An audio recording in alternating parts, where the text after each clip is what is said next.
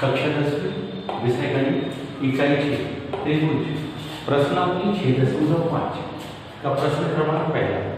कुछ त्रिभुजों की भुजाएं नीचे दी गई है, निर्धारित कीजिए कि इनमें से कौन कौन से त्रिभुज समकोण त्रिभुज है।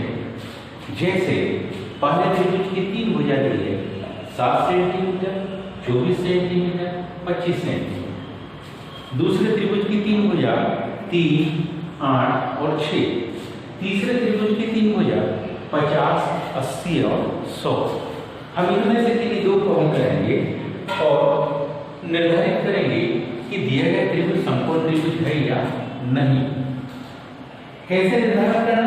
बिल्कुल आसान सी प्रक्रिया है। इसमें हमको करना यह है कि इसमें जो सबसे बड़ी भुजा दी है हम उसका वर्ग करेंगे, फिर 2 छोटी भुजा दी है उनका भी वर्ग करेंगे।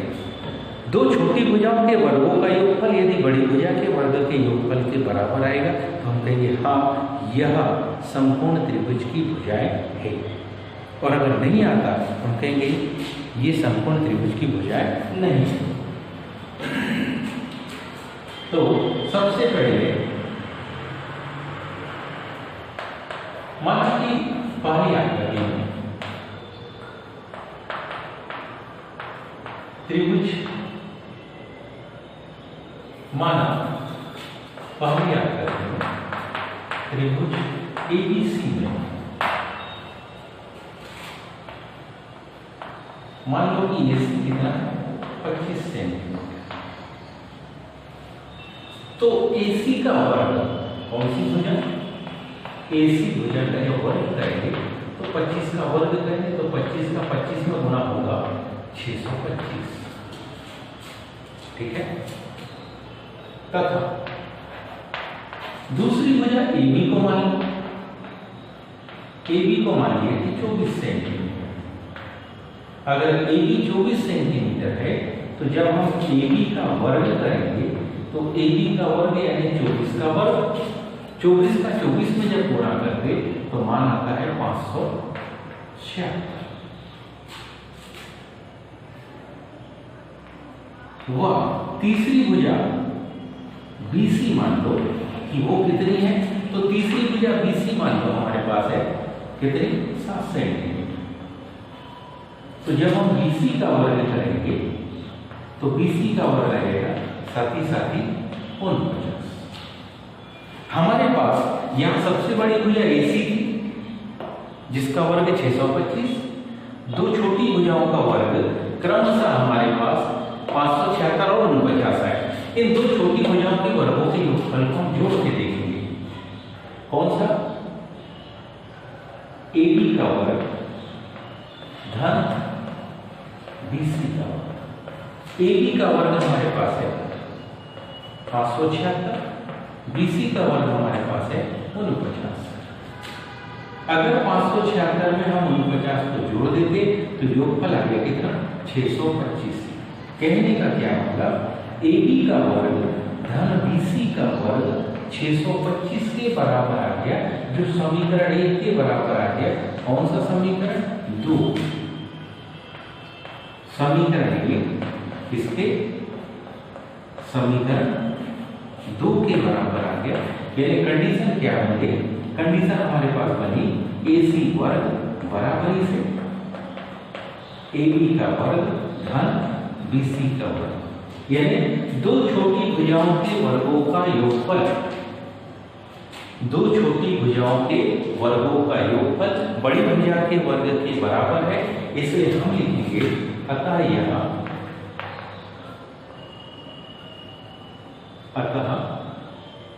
यह कौन से समकोण त्रिभुज की भुजाएं हैं? समकोण त्रिभुज की क्या है? ये भुजाएं हैं। अब ध्यान से देखिए दूसरी आकृति, दूसरे में हमारे पास जो दिए गए मान उनको यदि देखिए, माना दूसरा त्रिभुज PQ मान लेंगे। माना दूसरे के लिए अपन सिद्ध करें त्रिभुज PQ हमारा मान लो कि पी क्यू भुजा, कौन सी भुजा? पी क्यू भुजा को ले लेते हैं हम 3 सेंटीमीटर। फिर क्यू आर भुजा को कितना? क्यू आर भुजा को कितना? 8 सेंटीमीटर। और तीसरी भुजा पी आर को ले ली, तीसरी भुजा पी आर को ले ली 6 से। अब हम इसका भी वर्ग करेंगे तो थोड़ा सा ध्यान से देखना। सबसे बड़ी भुजा है इसमें क्यू आर। सबसे पहले हम क्यू आर का वर्ग करके देखते हैं कि क्यू आर का वर्ग आता कितना है। तो हमारे पास 8 का वर्ग, 8 का वर्ग मतलब क्यू आर वर्ग बराबर से 8 64।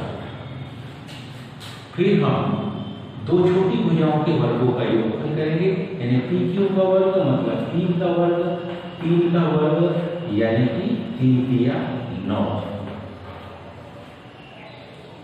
एक तीसरी अन्य छोटी भुजा पी आर का वर्ग करेंगे, पी आर का वर्ग यानी 6 का वर्ग, तो पी आर का वर्ग बराबर से 6 6 36। इन दो छोटी भुजाओं के वर्गों के योगफल को जोड़ के देखेंगे। क्या? पी क्यू का वर्ग धन पी आर का वर्ग, यानी 9 धन 36। यदि हम 9 में 36 को जोड़े तो हम में से सब जानते हैं कि जो मान आएगा वो आएगा 45। वो क्या आएगा? 45।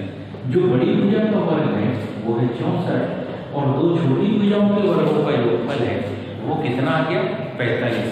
तो कहने का मतलब है कि यहाँ पर कौन सा समीकरण, अगर यहाँ पर समीकरण 1 को ध्यान से देखें तो वो समीकरण 2 के बराबर नहीं है। समीकरण 1 समीकरण 2 के यहाँ बराबर नहीं है, इसलिए हम कह सकते, इसलिए यह कौन सा समकोण त्रिभुज नहीं होगा।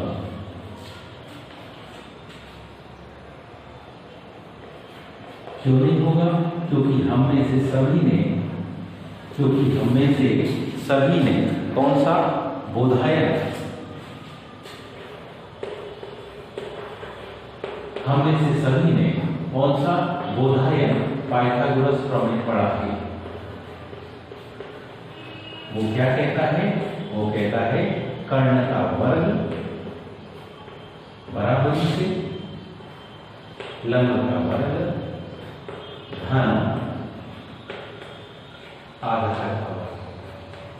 संपूर्ण त्रिभुज में सबसे बड़ी भुजा कर्ण होती है, उसका वर्ग शेष अन्य दो भुजाओं के वर्गों के योगफल के बराबर होता है।